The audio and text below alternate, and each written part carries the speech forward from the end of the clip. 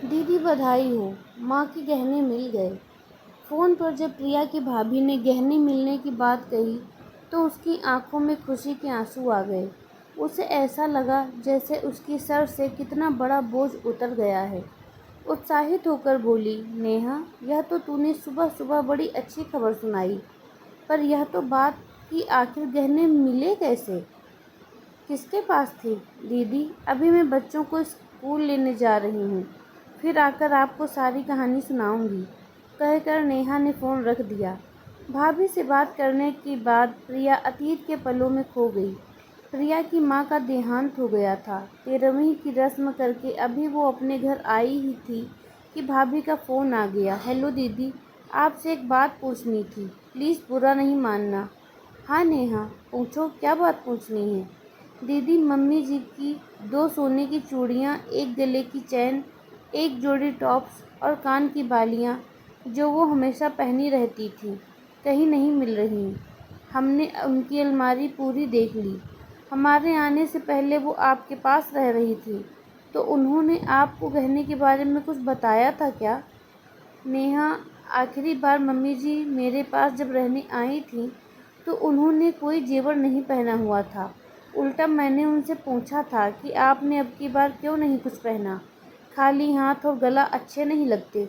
तो वो बोली, अब इस उम्र में गहने कहाँ अपने साथ साथ लेकर घूमो, कौन जाने सफ़र में कोई चोरी कर ले, इसीलिए गहने मैं तेरी मामी के पास ही रख आई हूँ। दरअसल प्रिया के भाई की नौकरी विदेश में लग गई थी। वो अपनी पत्नी व बच्चों संग माँ को भी साथ ले गया था। 1 साल बाद आया, फिर 1 महीना रहकर जब जाने लगा तो वो माँ का वीज़ा नहीं लगा, इसीलिए उन्हें प्रिया के पास छोड़कर चला गया। अब उसको 1 साल बाद ही आना था।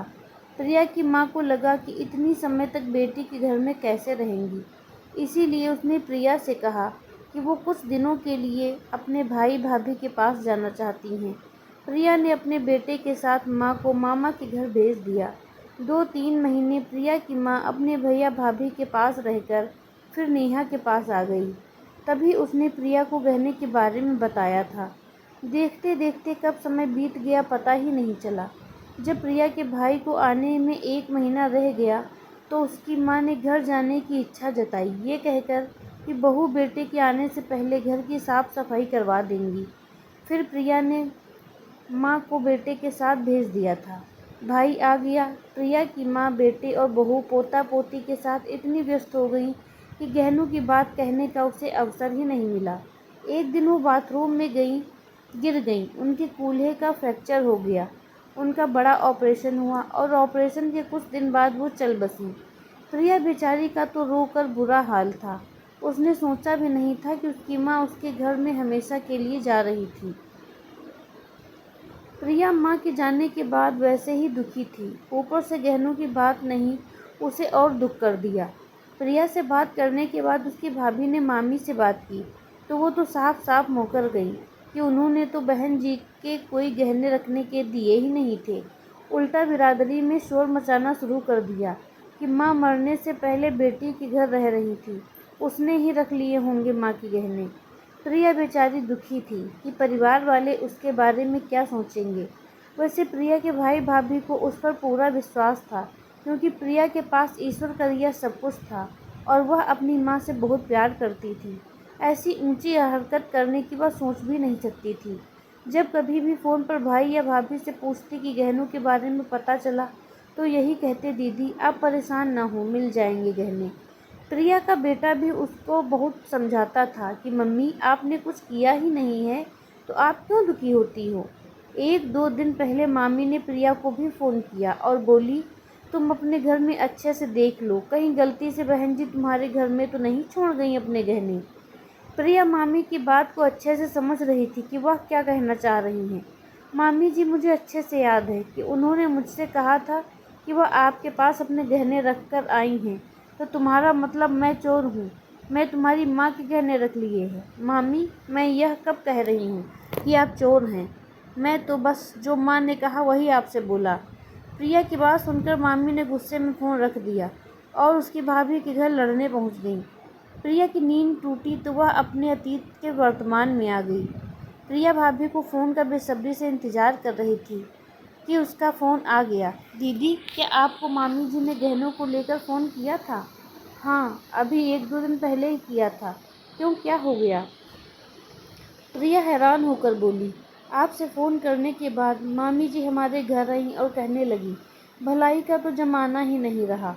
नेहा, एक तो तुम्हारी सास को मैंने अपने घर रखा और तुम्हारी नंद मुझ पर ही शक कर रही है कि मैंने उसकी माँ के गहने चुराए हैं।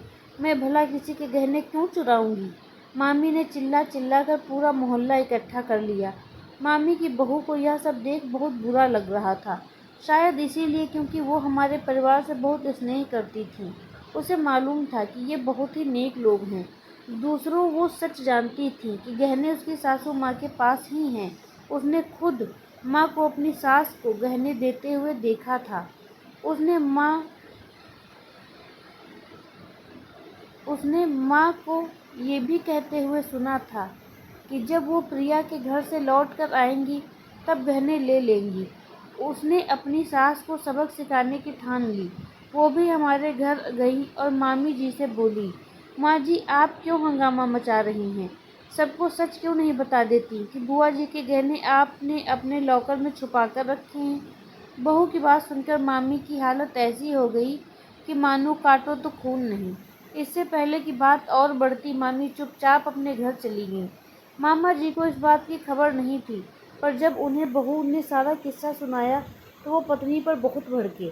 बोले, भाग्यवान तूने मेरी बहन और उनके बच्चों का इतने सालों का विश्वास थोड़े से गहनों के लालच में आकर हमेशा के लिए तोड़ दिया। मेरी बहन के पति नहीं थे, वो और उसके बच्चे मुझे कितना मान देते थे, मेरे पर आंख मूंद कर विश्वास करते थे। उसे बेचारी के पास तो तेरा जितना जेवर भी नहीं था। ले देकर 2-4 चीज़ें थी, उस पर भी तूने अपनी नीयत खराब कर ली। तू क्या समझी थी कि जेवर चुराकर बहुत सुखी हो जाएगी? ऐसा बिल्कुल नहीं होता। धोखा देने वाला इंसान कभी खुश नहीं रह सकता। समझी नादान औरत? पति की बात सुनकर मामी रोने लगी और बोली, मुझे माफ़ कर दीजिए, मुझसे गलती हो गई। दूसरे दिन मामा जी लौकर जाकर अपनी माँ जी के गहने लेकर आए और माफ़ी मांगते हुए हमको सौंप दिए। नेहा एक सांस में सब भूल गई। जैसे भी हो गहने मिल गए, वरना जिंदगी भर मेरे मन पर बोझ रहता। भगवान का लाख लाख शुक्रिया है। प्रिया आह भरकर बोली। भाभी से बात करके प्रिया अभी हटी ही थी कि उसके मामा जी का फ़ोन आ गया। प्रिया बेटा, मुझे माफ़ कर दे। तेरी मामी की एक गलती की वजह से मैं बहुत शर्मिंदा हूँ। तुम लोगों से नज़र मिलाने की हिम्मत नहीं है मुझ में। प्रिया अपने मामा जी की बहुत इज्जत करती थी, क्योंकि पिता के जाने के बाद हमेशा वो ही अकेले इंसान थे जो सुख दुख में उनके साथ खड़े रहे। रोते हुए बोली, मामा जी, आप दुखी ना हो, गलती इंसान से होती है। गहने सही सलामत हैं, किसी और के हाथ नहीं लगे, यही बहुत है। आप अपने आप को दोषी न समझें, नहीं तो माँ की आत्मा को दुख होगा। मामा जी ने प्रिया को आशीर्वाद देकर फ़ोन रख दिया। दोस्तों, रिश्ता कोई भी हो, वो सिर्फ़ और सिर्फ विश्वास पर ही टिका रहता है। जिस दिन विश्वास टूटता है तो रिश्ता भी टूट जाता है। इसीलिए हमारी कोशिश करनी चाहिए कि विश्वास की डोर कभी कमज़ोर नहीं होने देना चाहिए। आपको यह कहानी कैसी लगी, हमें कमेंट करके ज़रूर बताएं, और अगर अच्छी लगी है तो लाइक शेयर सब्सक्राइब करें। मिलते हैं अपनी अगली कहानी में, तब तक के लिए धन्यवाद।